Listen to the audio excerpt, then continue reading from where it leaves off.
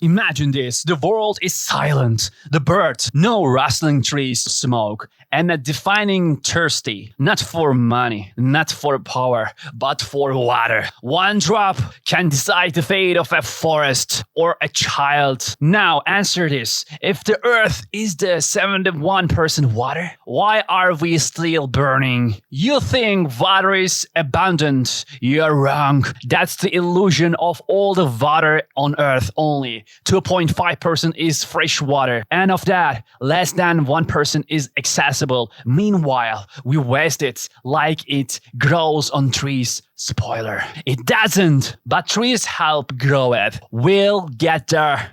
Let's talk USA forest fire, not the birth to country. USA is experiencing what scientists now call hydrostress. That means water demand is outpacing water supply. Groundwater is being sucked dry faster than it can be replenished, lakes evaporating, rivers reduced to trickles, and then the fires come. Wildfires are nature's nuclear tantrum, but here's the part nobody tells you. Fire don't just consume trees, they devour the water cycle. How? They destroy tree canopies, which help regulate local rainfall. They burn topsoil, making the land hydrophobic. Water runs off instead of spilling in. They vaporize organic moisture from everything they touch. A large wildfire can evaporate hundreds of millions of liters of water in days. What numbers? Okay. In the California fire, one of the biggest in recent memory, required over 40,000 tons of water per day. Let that sink in. Now, remember, some USA villagers have no water for drinking, but had to host firefighting crews dumping entire reservoirs into the sky. Water is the most effective fire suppressant for one reason. It absorbs heat like a black hole absorbs light. 1 liter of water can absorb over 2,000 kilojoules of heat. But water doesn't just pull out fire, challenges its physics. Fire needs heat, fuel, and oxygen. Water removes 2 of them instantly. But there is a catch. In massive fires, water becomes a logistical nightmare. Helicopters carry 2,000 to 5,000 liters. Fire planets up to 12,000 liters. A fire truck, 10 tons. Seems like a lot. In a mega fire, that's a single breath of relief. Worse. Sometimes there is no place to refill. To remote USA mountain regions, firefighters drive for hours just to access a refill station. By the time they return, the fire has doubled. Let's turn your brain side out. Trees don't just rely on rain. They make it. Forests increase humidity via transportation. Their canopies trap moisture and shade the ground. Their root systems act like underground sponges feeding aquifers. Now imagine the forest burns. No more transportation, no more rains, less groundwater, more drought. Then new fires ignite. Do you see it now?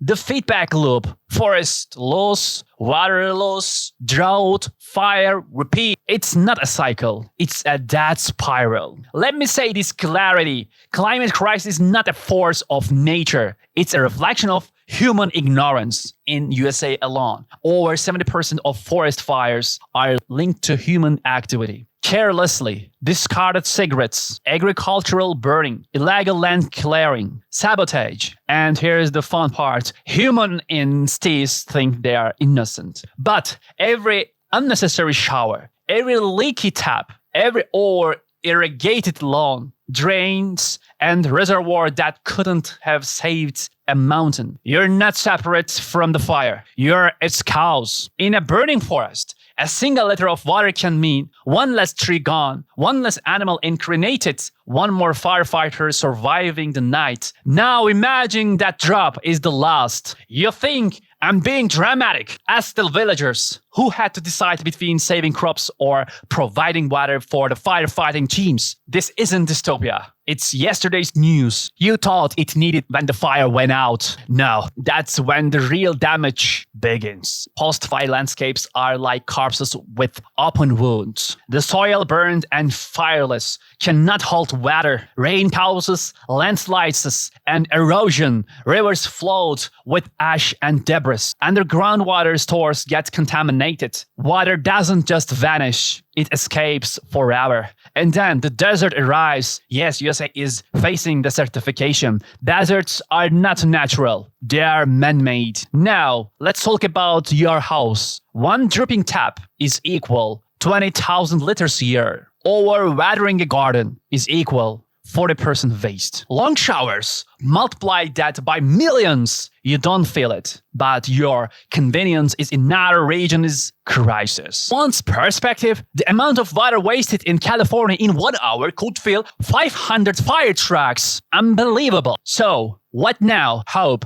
Only if we act. First of all, protect forests, like our organs, because they are. Second, harvest rainwater. Stop letting it run into the sewers. Fix leaks. Sounds simple. It is. But it works. Support forestation. Every tree is a rainmaker. Question agriculture. Do you really need strawberries in July? Individual action is not a trend. It's survival. Here is a question for your soul.